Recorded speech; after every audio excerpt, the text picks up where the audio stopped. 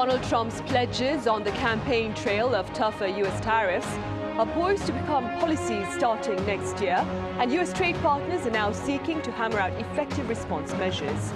With more on Press Perspective today.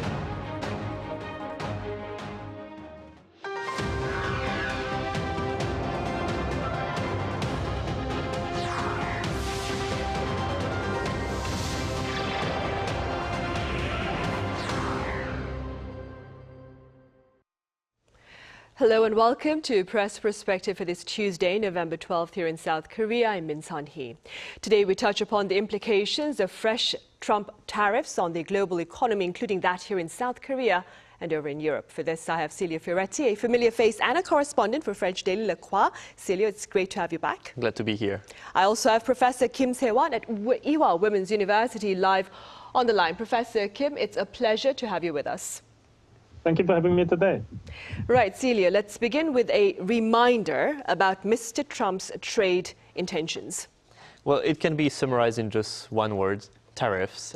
He seems to really love them. He even calls himself Tariff Man. So you can imagine how much he loved them. Trump has said he wants to slap a 10 to 20% tariff on all imported goods to the United States. This would sharply increase the current average of 2% on all imported goods, half of which enter the US duty-free. Now, this tariff will impact everyone, but Trump has some special service for his best enemy, China. Of course, Trump is proposing a 60% increase on Chinese products and 100% on Chinese electric vehicles. But why is he suggesting all of this?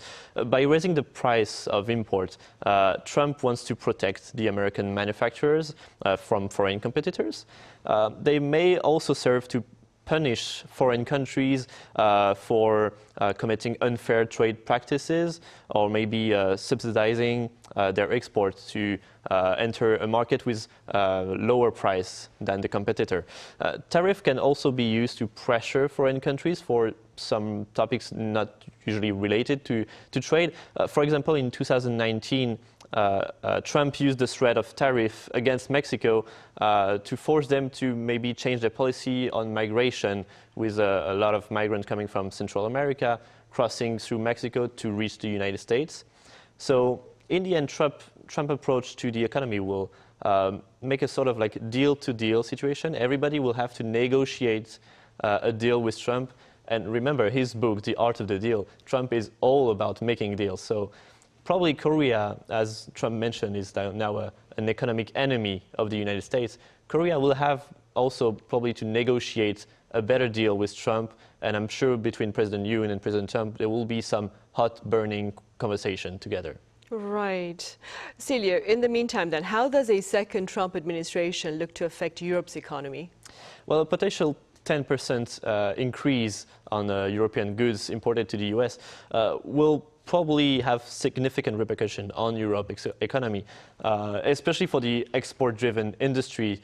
I think this will erode Europe's GDP by 1.5%, or about 260 billion euros. So it also may pose a risk of economic recession in Europe. European exports to the US are mostly about machinery, chemicals, and vehicles. And countries like Germany and Italy will be the first in the line to be suffering from all these tariffs. For the industry of automobile, for example, in Germany, due to the increase of price to the US, the export will diminish, and it will further weaken the already stagnant sector of automobile in Europe. If Trump, however, proceeds with the tariff, the European Commission will certainly have to retaliate, answer to this, to make up some countermeasure for it. Possible responses include like a new tariff also on US imported goods, and maybe a way for Europe to maybe find new trade partners, maybe in Asia, maybe in Africa.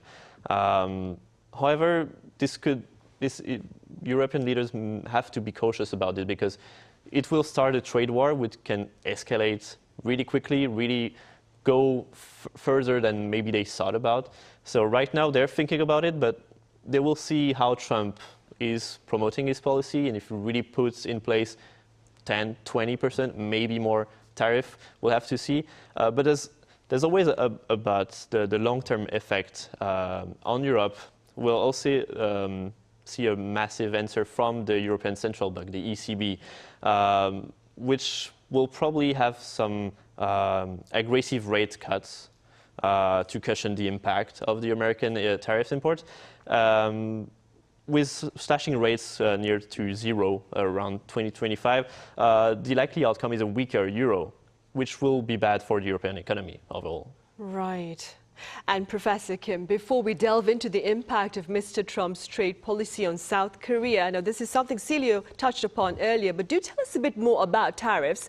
How do they work? Why is Mr. Trump such a fan of tariffs? And why are most economists not fans of tariffs? Let me begin with a very conventional and general explanation on tariffs' impacts on the economy. If a government imposes tariffs on imported goods, it looks to help out domestic industries because somebody should be producing import substitute in the country. So in the short run, domestic employment and GDP might increase. But domestically produced goods are generally more expensive. It means in the long run, most of the general public suffers from higher prices from tariffs. In the case of the United States, most of the light products like shoes, clothes, electronic devices, and so on are imported, mostly from Asian countries and European countries. So the pain of higher price, which is generated from the higher tariffs, would be given to the middle-income families and low-income families. But against this very general explanation from many economists, Mr. Trump believes that tariffs reduces trade deficit and brings jobs and manufacturing back to United States.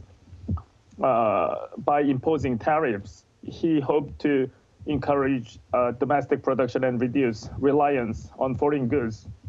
Particularly, Mr. Trump often framed tariffs as a means to reduce U.S. trade deficit, especially with China.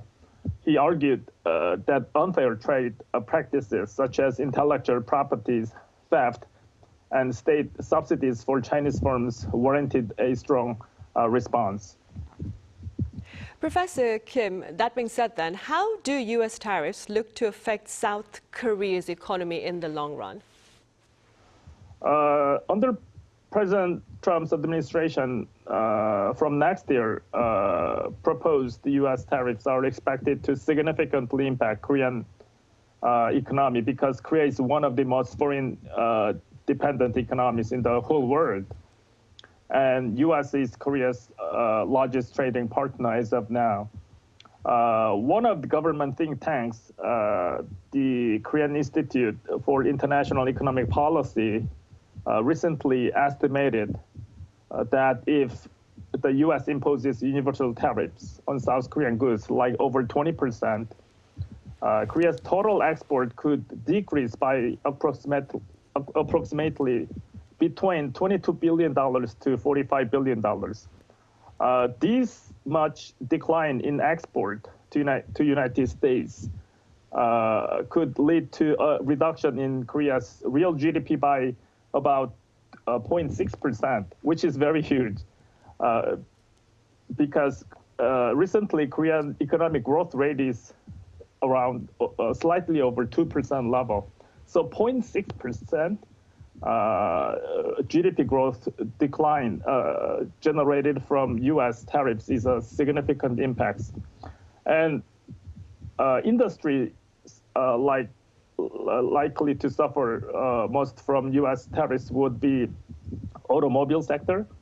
The U.S. previously considered imposing tariffs up to 200% on certain imported vehicles from Korea, which would adversely affect Korean automakers like Hyundai and Kia. And in addition, electronics, steel, aluminum industries will experience further strain from U.S. tariffs.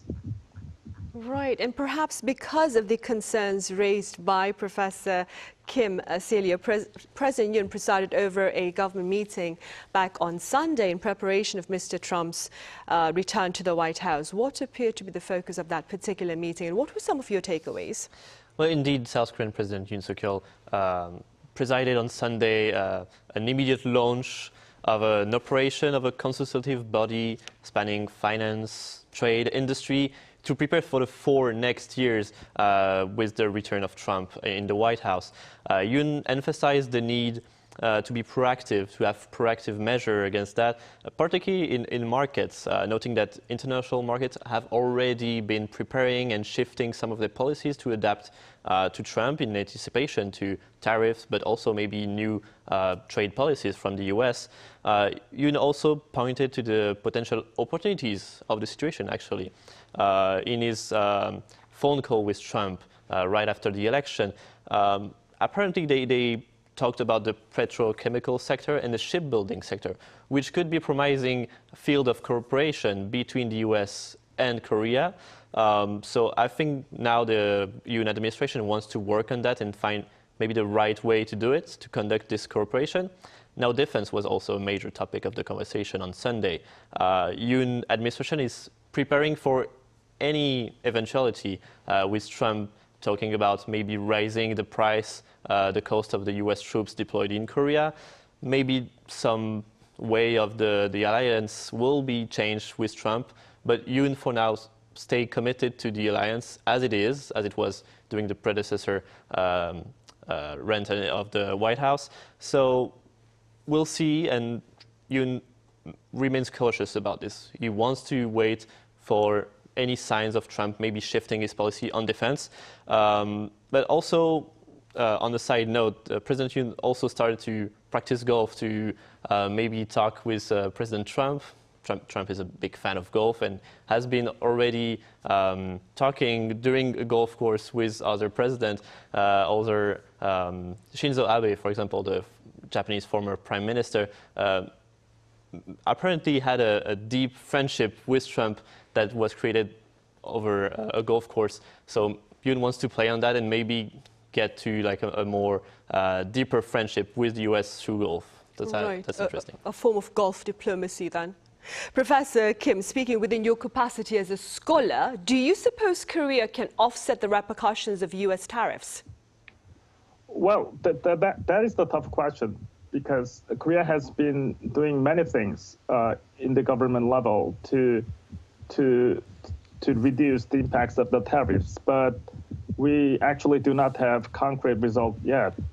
And under a second Trump administration, the imposition of tough U.S. tariffs and potential trade barriers would present significant challenges to Korean government. I think the first strategy would be diversifying export markets, which is not actually easy to implement. Korea can deepen its economic ties with other regions, such as Southeast Asian countries through ASEAN, the European Union, and emerging markets in South America and Africa. And in expanding trade with other countries, it is important to maximize the benefits of the existing FTA, multilateral free trade agreements, with EU, ASEAN, and countries in the comprehensive progressive agreement for Trans-Pacific Partnership, which is CPTPP. Expanding this relationship could help mitigate losses from reduced access to the U.S. market. Lastly, by increasing direct investment in the United States-based production facilities, Korean companies can circumvent tariffs. For example, Hyundai and Kia have already established production plants in the U.S., and additional investment would align with U.S. economic interest. Right. Celio, back here in the studio, you touched upon earlier about the prospects of a global trade war under a second Trump administration. What are pundits saying about the risks of such a reality? Well, as I mentioned before, the main enemy of the US right now is China.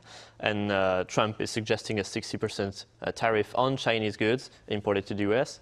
And this is to limit the Chinese companies entering the US market. But of course, China is not going to let that happen without any answer or any response to this. If China retaliates, it will provoke a trade war between US and China. And Xie Feng, the Chinese ambassador to the US, already warned Donald Trump about this, introducing the 60% tariff on China. He said there would be no winner if a trade war happened between the US and China, but also for the whole world, because now all of our economies are interconnected. And if something bad happened between the US and China, then Europe is going to be affected too, and the rest of Asian countries also. Ambassador Feng explained among the new outlets opening in McDonald's in the US, 60% were in China. So with that example is directly addressing I would say the symbol of the US abroad is McDonald's. Aside from the example, analysts estimated that if Donald Trump imposed his proposed tariff and other nations also retaliate in the same kind of way, the US economy would be 4% smaller than Chinese economy in the end after 5 years. So that if no trade war happened, actually it's in the best interest for both US and China. And some other countries and some jurisdictions like the EU are already drawing some countermeasures. Some countries are already thinking about this. In the past, EU already imposed tariff on some typical US products like the motorcycle Harley-Davidson, also bourbon whiskey, to respond to US duties on steel and aluminum. So I think in the end, it's the best way for everyone to avoid this situation. And the International Monetary Fund signaled that a severe scenario of widespread tariff across the world could plunge the world economy by 7% in the long run. Right. Hopefully that will not be the case then. Professor Kim, I'd like to expand on something you mentioned earlier. Reuters quoted Korea's Trade Minister Chung In-kyo predicting that Korean businesses would boost U.S. investment if Mr. Trump introduces higher tariffs, which you touched upon earlier. What would be, Professor Kim, the gains and losses of this reality for South Korea? Well, one of the good parts of this direct investment to the United States is that by establishing production facilities within the U.S. territory, Korean firms can circumvent tariffs and maintaining their competitiveness in the U.S. market. This is something that we talked about as one of the strategies to avoid tariffs from the United States. Also, it might provide a chance to boost brand recognition and trust among U.S. consumers, potentially increasing market share in the United States. Potential losses for Korean economy is that shifting production abroad may lead to reduced domestic manufacturing, potentially affecting local employment and economic activity. We know that this is one of the major reasons why new college graduates in Korea are not easily hired by big companies these days. And significant investment in the U.S. could divert capital from domestic projects, possibly slowing growth in the other sectors in South Korea. Right.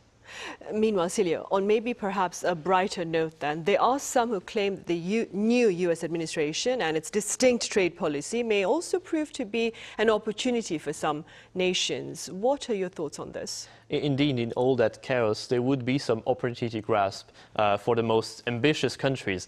For example, let's take the example of Korea.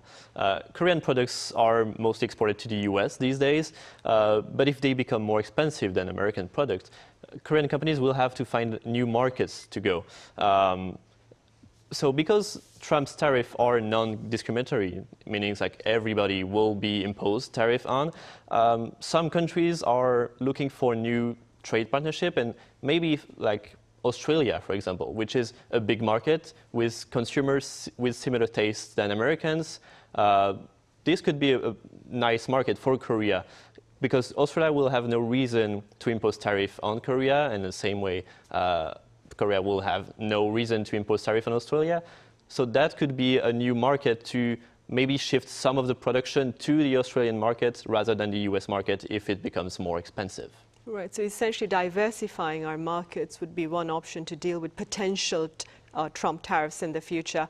All right, Celio, thank you so much for your time and your thoughts. And Professor Kim, thank you very much for your insights today. Thank you very much. Right, well, that is all the time we have for this edition of Press Perspective. Tomorrow, we return with our weekly panel session on Hallyu highlights, so be sure to join us then.